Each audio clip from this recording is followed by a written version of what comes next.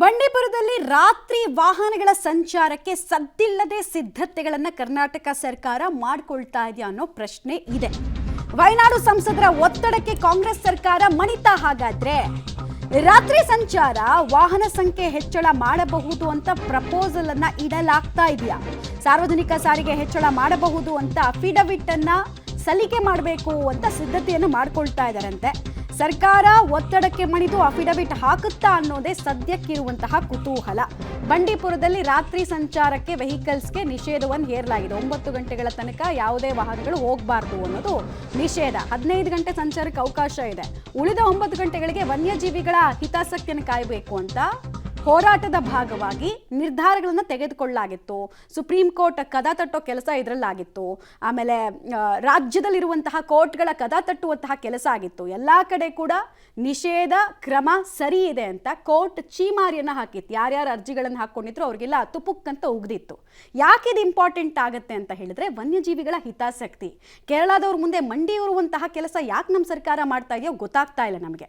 ಅವ್ರು ಯಾರೋ ತಲೆಬುಡ ಇಲ್ದಿರುವಂತಹ ಸಂಸದರು ಹೇಳಿದ್ರು ಅನ್ನೋ ಕಾರಣಕ್ಕೆ ಅಫಿಡವಿಟ್ ಅನ್ನ ಹಾಕ್ತಾರೆ ಅಂದ್ರೆ ಏನ್ ಕೆಲಸ ಇದು? ಗುಲಾಮಗಿರಿ ಯಾಕೆ ಅಂತ ಬೈ ಎಲೆಕ್ಷನ್ ನಲ್ಲಿ ಅವ್ರು ಭರವಸೆ ಕೊಟ್ಟಿದ್ರು. ಅವ್ರ ಭರವಸೆ 100 ಕೊಡ್ತಾರೆ ಪ್ರೇಮ್. ಕೇರಳದವ್ರಿಗೆ ಏನಾಗಬೇಕಾಗಿದೆ? ಲಾಸ್ ಆಗೋದು ನಮ್ಮ ರಾಜ್ಯದವ್ರಿಗೆ. ಆಮೇಲೆ ಡಿ.ಕೆ. ಶಿವಕುಮಾರ್ ಕೂಡ ಅದನ್ನೇ ಹೇಳಿದ್ರು. ದೊಡ್ಡ ಅಲ್ಲ, ಅವ್ರು 100 ಹೇಳ್ಕೊಳ್ಳಿ, ಲಾಸ್ ಆಗೋದು ಬಯೋಮೆಡಿಕಲ್ ವೇಸ್ಟ್ ಎಲ್ಲ ಇಲ್ಲಿ ವಿಲೇವಾರಿ ಆಗೋದು ನಮ್ದು, ನಮ್ಮ ತಲೆನೋವು ಇದು. ಡೀಟೇಲ್ಸ್ ಕೊಡ್ತಾರೆ ಸುಕೇಶ್. ಕೇರಳದವರು ಗುಲಾಮಗಿರಿಗೆ ಯಾಕೆ ಸರ್ಕಾರ ಮುಂದಾಗುತ್ತೆ ಅಂತ ಒಂದು ವೇಳೆ ಅಫಿಡವಿಟ್ ಅನ್ನು ಹಾಕಿದ್ರೆ ಹಿಂಗೆ ಬರುತ್ತೆ ಪ್ರಶ್ನೆ. ಸುಪ್ರೀಂ ಕೋರ್ಟ್ ಹೈಕೋರ್ಟ್ ನ ಸ್ಟ್ಯಾಂಡ್ ಬಹಳ ಕ್ಲಿಯರ್ ಇದೆ ಇದರಲ್ಲಿ. ಖಂಡಿತ. ಯಾಕಂದ್ರೆ ಮೊದಲಿಂದಲೂ ಕೂಡ ಕೇರಳ ರಾಜ್ಯದವರ ಒತ್ತಡ ಇದ್ದೇ ಇದೆ. ಅಂದ್ರೆ ರಾತ್ರಿಯ ಸಂಚಾರಕ್ಕೆ ಹೆಚ್ಚಿನ ವಾಹನಗಳಿಗೆ ಅವಕಾಶ ಮಾಡಿಕೊಡಬೇಕು ಅನ್ನುವಂಥದ್ದು.